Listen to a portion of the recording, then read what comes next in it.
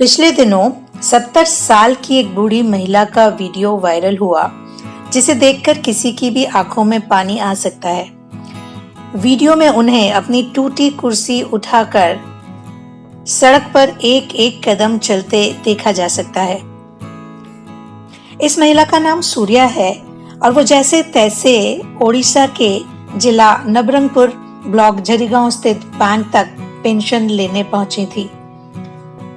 और वहां पर भी जब आधार के सत्यापन के लिए बायोमेट्रिक रीडर्स उनकी उम्र के कारण अंगुलियों की छाप को स्कैन नहीं कर पाए, तो वीडियो रिपोर्ट्स के मुताबिक उन्हें पैसे लिए बिना ही अनेक किलोमीटर चलकर फिर घर लौटना पड़ा।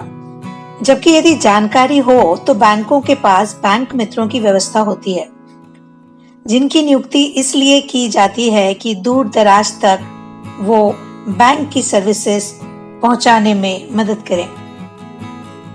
इसके अलावा कस्टमर सर्विस सेंटर्स भी होते हैं जो कमीशन लेकर इस तरह की सेवाएं प्रदान करते हैं।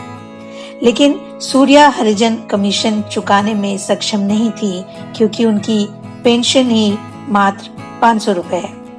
वे अपने बेटे के परिवार के साथ रहती हैं। उनका बेटा मवेशियों को चराकर आमदनी कमाता है। परिवार के पास जुताई के लिए खुद की जमीन नहीं है और वे एक झोपड़ी में रहते हैं। सूर्या को थोड़ी सी पेंशन मिलती है, लेकिन उनके लिए इस पेंशन को लेने जाना भी बड़ा मुश्किल काम है। स्टेट बैंक ऑफ इंडिया के जिस कस्टमर सर्विस पॉइंट पर उनकी पेंशन आती है, वो वहां तक भी पैदल चलकर नहीं जा पाती।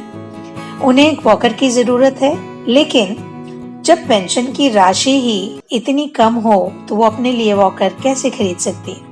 इसीलिए वे प्लास्टिक की एक टूटी कुर्सी की मदद से चलकर अपनी पेंशन लेने जाती थी। जब ये वीडियो वायरल हुआ तो सूर्या को न केवल पेंशन मिली, बल्कि बैंक ने उन्हें एक व्हील चेयर भी दिलवाई।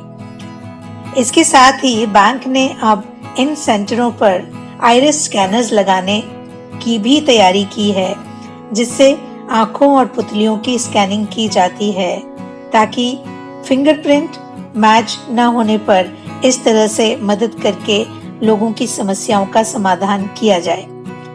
मीडिया रिपोर्ट्स के मुताबिक सूर्या की तरफ तुरंत ही सबका ध्यान गया और वादा किया गया कि अगले महीने से पेंशन उनके घर पहुंचा दी जाएगी, क्योंकि वित्त मंत्री निर्मला सीतारमण ने इस मामले में बैंक को फटकार लगाई थी।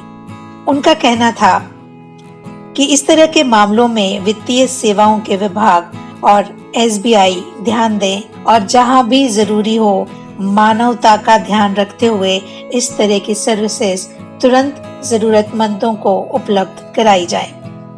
मैनेजमेंट गुरु N रघुरमन ये सवाल उठाते हैं कि क्या दुनिया के सबसे ज्यादा आबादी वाले देश को मानवता सिखाने के लिए वायरल वीडियो और वित्त मंत्री के हस्तक्षेप की जरूरत है?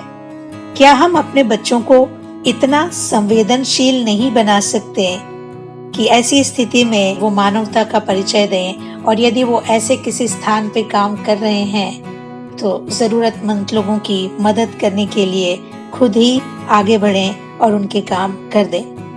हमें अपने बच्चों को परोपकार की शिक्षा देनी चाहिए और उनसे कहना चाहिए कि यदि वे भविष्य में किसी सार्वजनिक सेवाओं के जिम्मेदार पद पर आते हैं तो कर्तव्यों का निर्वहन करते समय मानवता का परिचय दें और आगे बढ़ के उन सारे लोगों को सेवाएं प्रदान करें जिनका हक है सेवाओं को लेना, लेकिन वो किसी कारण से सेवाओं तक नहीं पहुंच पाते। साथियों, कानून का पालन करना अच्छी बात है, लेकिन कानून क्यों बनाए जाते हैं? लोगों की मदद करने के लिए, लोगों को सुविधाएं देने के लिए। तब यदि हम किसी ऐसी स्थिति में हैं जहां हमारे ऊपर कानून का पालन करने की जिम्मेदारी है, तब भी हम कानून की मूल भावना को ध्यान में रखें, उसे अमल में लाएं, क्योंकि तभी हम सही तरीके से न्याय कर पाएंगे।